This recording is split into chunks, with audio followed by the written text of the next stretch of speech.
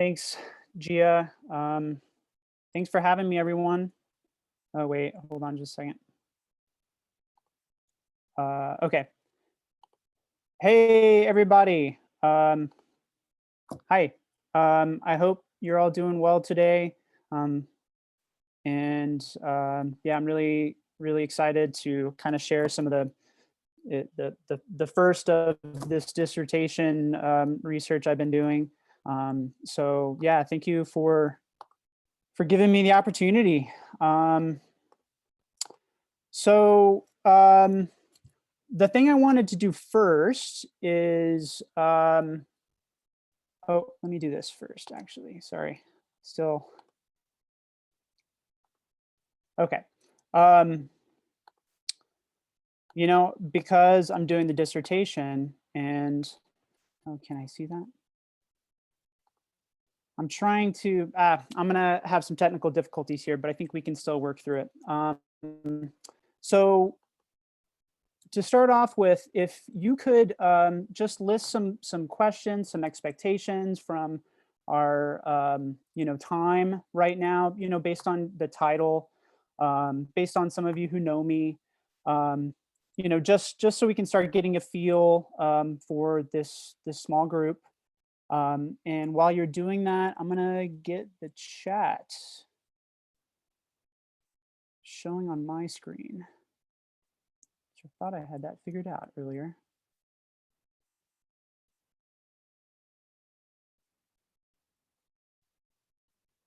Andrew, is there anything I can help you with? Yeah, I'm trying to open the chat. Like when I share a window on my screen, I was able to see the chat, but I'm not able to do that right now. Do you want me to handle the chat just for sake of time? Sure, thank you. So I wrote in there preconceived notions of the border. Mm-hmm. Anyone else want to chime in the chat?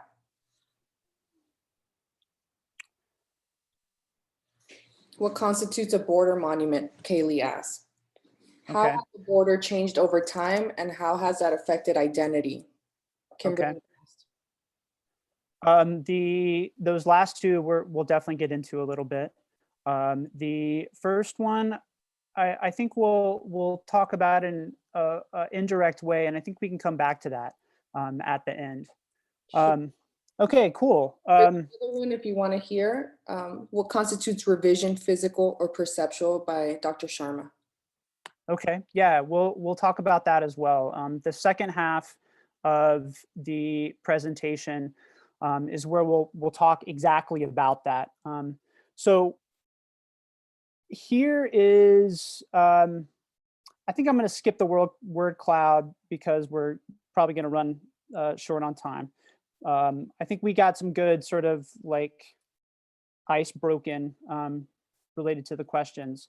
But when we talk about revision, the thing I want to do in this talk is to go from this example of curriculum, of a kind of public curriculum, and then through that example, open it up to our group to talk about curriculum revision that's relevant to each of us. So it's a bit of a springboard is what I want to do today.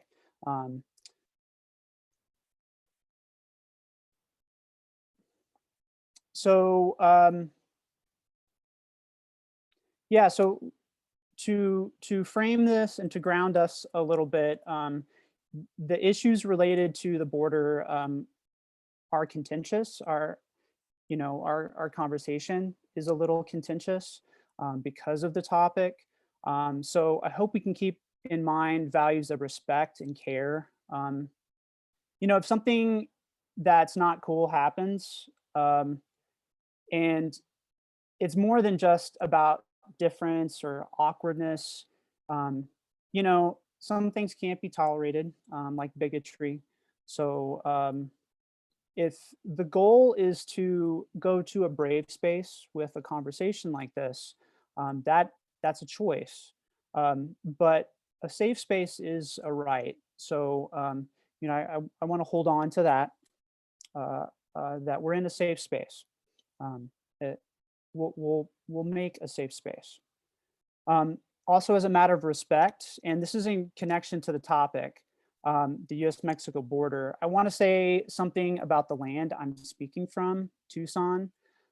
Chucson is part of the lands of the Tohono O'odham and the Pascua Yaqui. These lands were never ceded, not during Spanish colonialism, not during Mexican colonialism or American colonialism. So I encourage us all to keep close the places we come from and respect to this deeper kind of context. I hope that speaking about this history helps us be more available for change materially, and just to do things differently from this history before.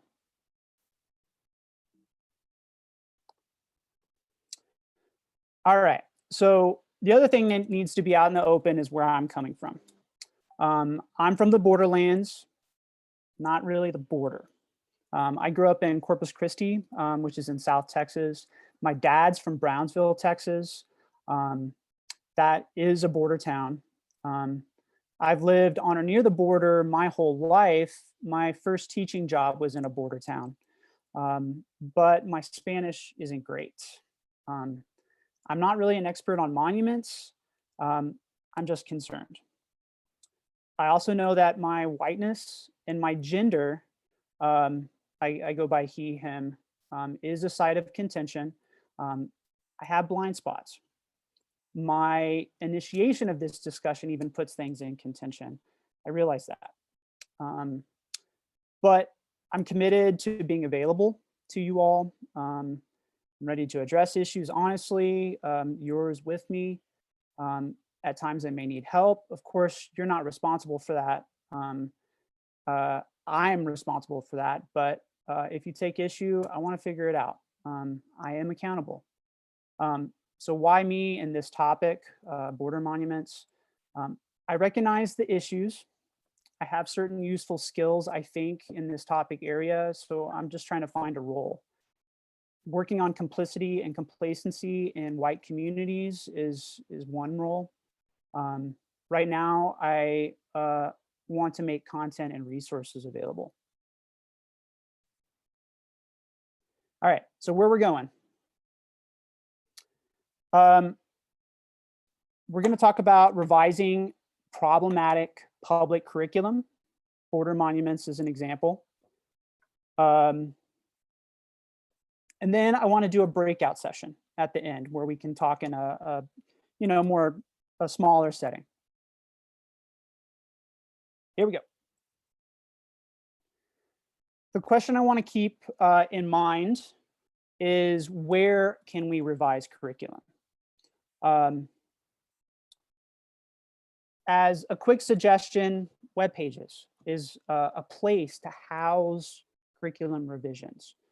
I want to use where because I think it suggests accessibility. That was something that Dr. Carter mentioned in the keynote address. I also find the issue of accessibility to be key. So let's talk about this example. Here is Juan de Oñate, colonial governor of New Mexico, the first in the 17th century and starting in the 16th century. I counted 4 Oñate monuments. One's in Ciudad Chihuahua. 2 are, I should say, were in New Mexico. They came down June 15th. The 2 in New Mexico in Albuquerque and Cade, I believe, is the name of the town. This one is in El Paso. It's at the airport. I should mention Beto O'Rourke's name is on the plaque as a representative, a town representative. So what are border monuments? They're sculpture and memorials in public and semi-public spaces. They celebrate, commemorate, memorialize a person, event, issue, history, myth. I like the way this one scholar put it. Monuments are about public memory. And by the way, all my resources are available. The citations are available on the reference folder in the conference Google Drive. Monuments also act to culturally sustain. As a note, arguments against removal of monuments often delve into fears about cultural replacement. This gets complicated with border monuments in comparison to, say, Confederate monuments, where defense of Hispanic heritage is in amongst Indigenous and Anglo heritage.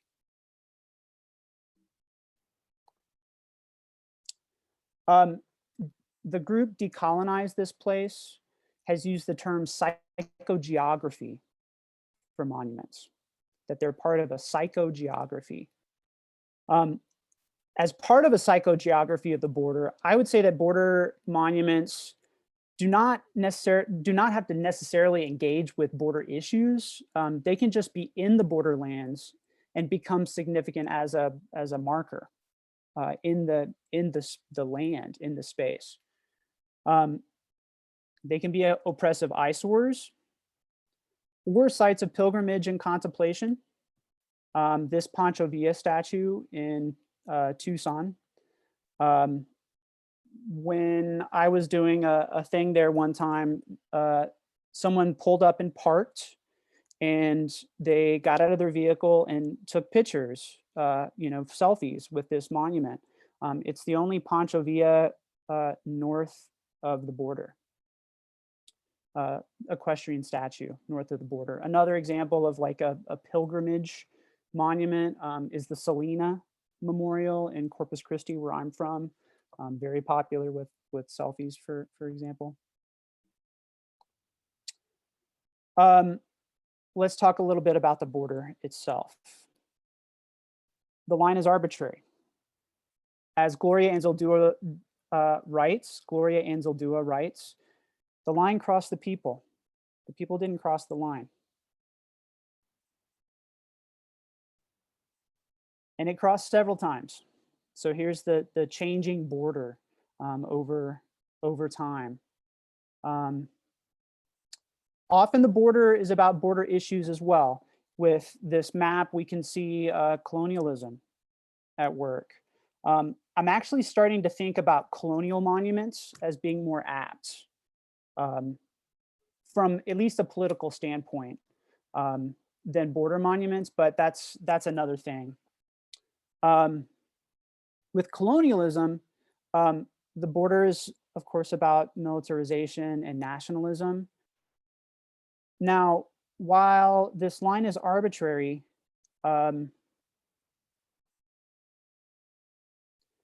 river that marks part of the border is not.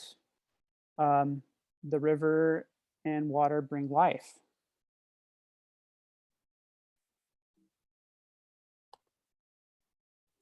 What else is held within border monuments? The borderlands, the feeling of place on the border, hybridity, multiculturalism and interculturalism, Chicanx and Latinx and Hispanic identity, bilingualism, the affect of border crossing, migration and immigration.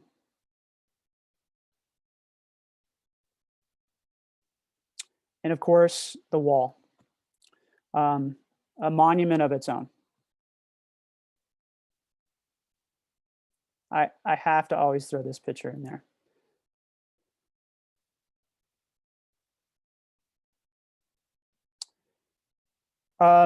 Border monuments can also be natural. Again, if we think about public memory. Border monuments, not all are oppressive. As a parallel, think of Civil War Union monuments. I want to be careful here now because I don't want to equivocate a two sides idea. Definitely not. Some monuments need to go. Can't be tolerated. I am working on a database of border monuments similar to what the Southern Poverty Law Center created with Confederate monuments. I haven't marked those that are problematic and those that are pro-social. It's something I want to do, but I'm going to need help doing that. I'm not going to do that, alone. That's not my thing, making those determinations. And I'm still learning about these issues. So, but some are definitely problematic. This monument is in front of the Tucson Council Chambers and commemorates the invasion of Tucson by a all Mormon battalion during the Mexican-American War. Some are quite good. This artist, Luis Mena, is currently making a Cesar Chavez bronze statue for an intersection redevelopment here in Tucson.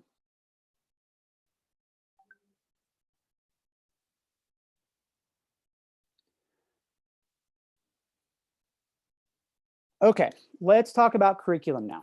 I want to make a quick jump to curriculum. One connection between border monuments or monuments in general and curriculum is old school critical engagement, critical education. In a moment, I'm going to make suggestions from Melanie Buffington, who has written about art education curriculum related to Confederate monuments. My own research has focused on curriculum and pedagogy related to socially engaged and civically engaged art education. That's something I'm going to cover in different papers and presentations. Let's frame curriculum a little bit better really quickly. Monuments themselves are a kind of curriculum. A term that's used a lot is public pedagogy. I prefer, at least with monuments, public curriculum. It's something I'm not going to really get into just this moment. But as public curriculum, these monuments are systematized. They're a public form of learning about something. And its content, its text, the textbook of it is important to unpack.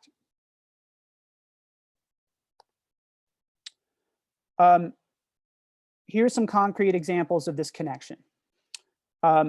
First is recent executive orders by the Trump administration, making a direct link between school curriculum and monuments. There's a series of them that have come out this year, reactionary to the dealing with issues of racial injustice in the U.S. And various monuments being removed and taken down. I would consider the content that the Southern Poverty Law Center has put out related to Confederate monuments in a curricular sense. Here is their famous chart related to when these monuments were made. I'll mention, not directly as a result of course, of this graphic, but since 2015, this graphic came out in 2016. Since 2015, 255 public symbols have come down related to the Confederate symbology. And by comparison, only 11 are known to have come down before that time.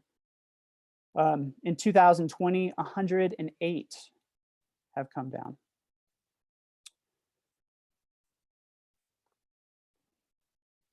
And where is art curriculum amongst all this?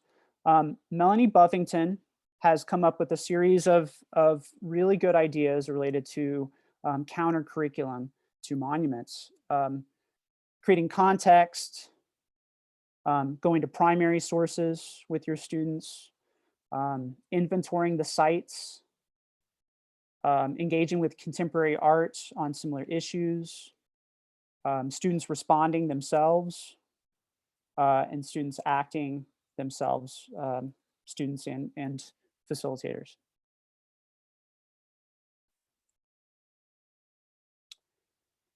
So I think we've come to the point where what curricular revision is, or in this example, revising these monuments is about, is something that's been called curriculum work. I like this term. It was started by Ruben Gatztambide Fernandez and James T. Sears in 2004. And think of it as cultural work, but with education and curriculum. It's work. So there's laboring to change the curriculum. It's engaged, collaborative. That's very important in curriculum work. Praxis oriented, so theory and practice informing each other. And of course, progressive, anti-oppressive. Revision. I'm not going to go into this framing too much that I've sort of distilled down from all the stuff I've been reading about curriculum. I'm not going to go into it with detail, but I am finding these three elements when talking about curriculum to be pretty important. And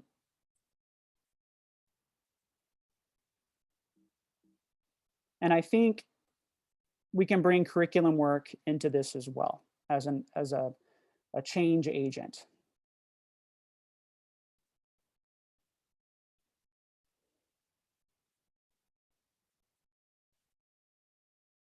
So where can we revise curriculum? This is where I want to jump off. I am out of time. So I really apologize for not leaving enough time for us to all talk. I wanted to do breakout sessions. So I'll just leave this question for us. And we don't really have time for question and answer. I can be certainly available afterwards. And we have 7 minutes. So if you yes. So if you do want to do breakout or Q&A, there's a couple of minutes as well. Okay. Well, then let's go ahead and do a breakout session. Let's go ahead and do a breakout session. So I want us, if we will, if you're not obligated to do the breakout session, of course, you can take off now. The discussion about border monuments as a topic in art curriculum, I'm finished with that. I want to jump off to stuff that's relevant to your own work specifically. But I pose this question: where can we revise curriculum? I'll give a few examples and then we'll do the breakout session. Of course, places like Teacher Pay Teachers, special news sites, special interest news sites. Here's all the ones I've collected related to the border. Teachers' websites, conferences, of course, and district websites where we can find ways to house curriculum. I'm trying to think practically here. Okay, so I will post, I want to do the breakout sessions now. It'll be about 3 people each in the breakout session. You're welcome to engage with the topic I've discussed or how revising curriculum and housing revised curriculum could work for you. You're welcome to engage with that. I will post these questions, or Gia, can you actually help me post these questions, like send a message out? 5 minutes left. Should we break out now? Yeah, let's do it. All right, so I'll see you in a second.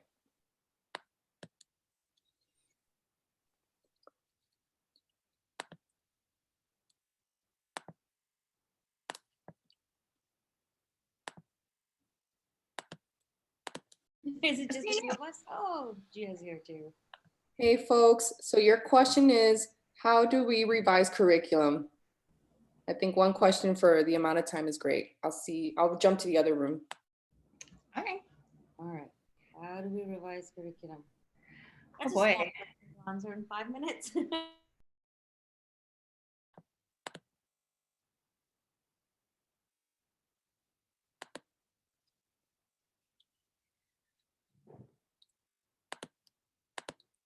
This is very exciting. I agree. Hey, folks, your question is, how do we revise curriculum? All right, go. You have 4 minutes. Okay. Right. So that's a good question. How, That's a in good what one. ways do we revise curriculum?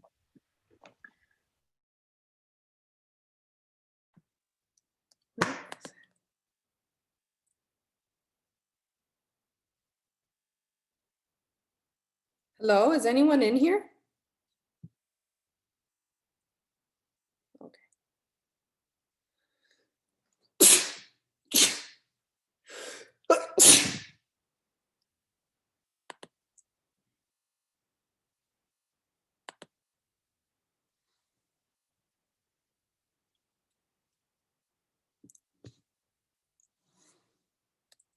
Hello, is anyone in here?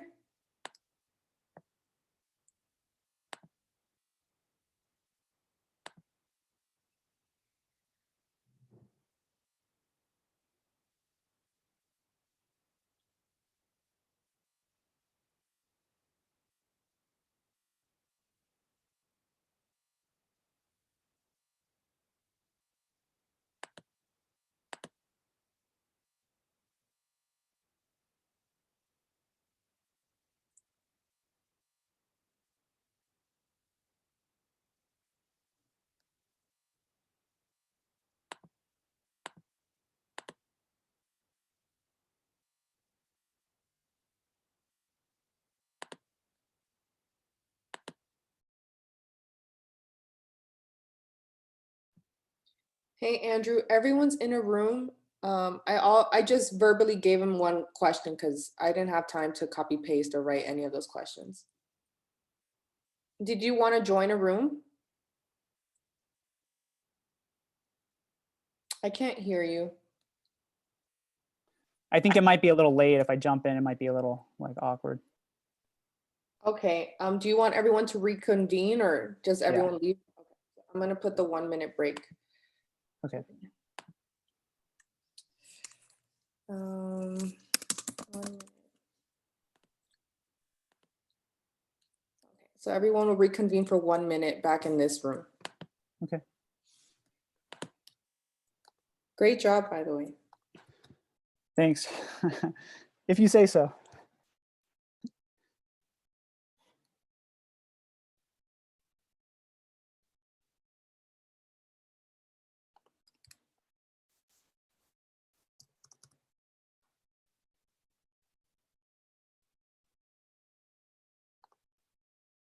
Andrew, you'll have 30 seconds to close your speech. Everyone's coming back. Yeah.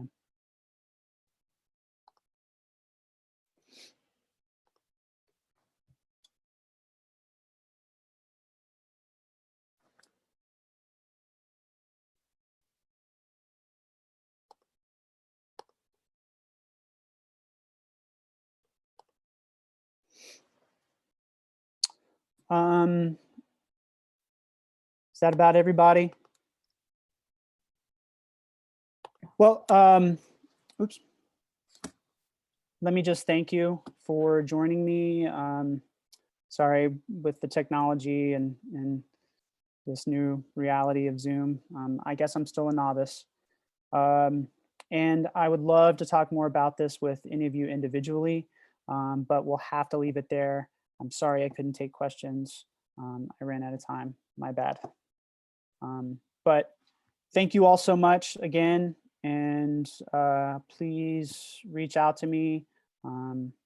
Let's keep this going.